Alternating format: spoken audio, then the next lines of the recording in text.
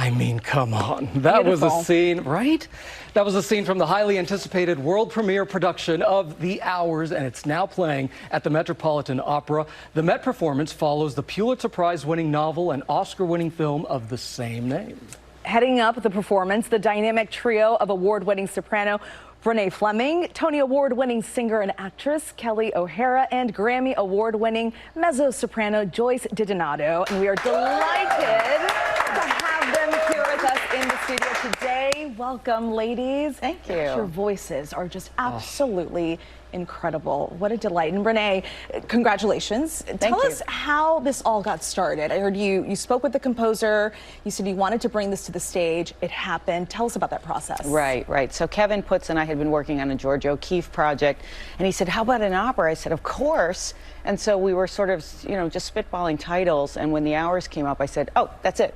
That's got to be it. I mean, just to have three women singing together, you always look for opportunities for ensembles and trios and duos, and the story is compelling and so relevant. Mental health, AIDS, we just are still in a pandemic, so it was just a perfect opportunity to bring something great. It's just incredible how they got all three of you together. I mean, just amazing. And Joyce, of course, you've got that very moving performance. You play a very famous author, Virginia Woolf. This is a woman who's struggling to keep her wits about her in the 1920s. It's still a very relatable storyline, isn't it?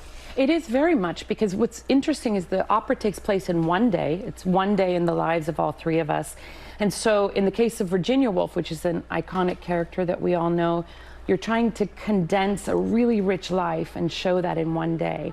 So we see her struggle with mental health, we see her genius and her wit emerge, her trying to struggle and find really that first sentence to her famous novel, Mrs. Dalloway, and the suicide that is hanging over her life, really, that is present throughout the show as well.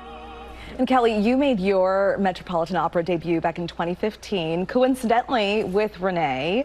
How is it to be back on stage with her so many years later? Wonderfully safe. It does feel like she welcomed me so beautifully back then. She did again, as did Joyce. I get a little bit more comfortable each time. I know that I come from the other side of the tracks, but it has been an incredibly being on Broadway. I mean, it's been an incredibly joyous and comforting and uplifting experience. Fantastic. Renee, you're portraying Clarissa Vaughn. And this is a very emotional character. Of course, Meryl Streep played that role in the film for The Hours. Clarissa really takes the audience on this emotional journey. Do you take that in? Do you internalize that emotion? Well, I have to in the end when we lose the man that I've been a soulmate with, the character of Richard. So there's no question, it's a highly emotional piece. It gives the audience permission to feel, to weep. I think that the snippet that you played is the final trio, which people just keep talking about and saying it's incredibly moving. So, and it's completely sold out, so that's a good sign. That is a good sign. Definitely is. And Joyce, your voice has taken you around the world, out of Kansas City. We were in Kansas City at the same time, yes. But you've been all over the world, and the curtain call speaks volumes. The audience just praising you. How familiar were you with the story before taking it to the stage, or making the decision to take on the role? Well, the decision to take on the role was very easy because it was the subject matter and it was the cast. So, I mean, that's an easy thing. You want to be surrounded by people that lift you up and challenge you and are better than you, and so everybody rises to the best that we can. But it's been really special because, as Renee was saying, we find that this piece is so pertinent right now, coming out of the pandemic.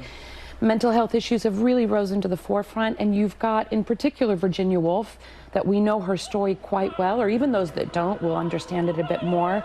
Manic depression, genius, and being a woman in a society where she's not allowed to flourish with her own intellect and her own potency. And so it's a really wonderful, I think it is resonating with a lot of people. Yeah, and to your point, these are unfortunately very common issues now, but they're very heavy issues. And Renee, what do you hope that folks who watch this and go to this performance, what do you hope they take away from it?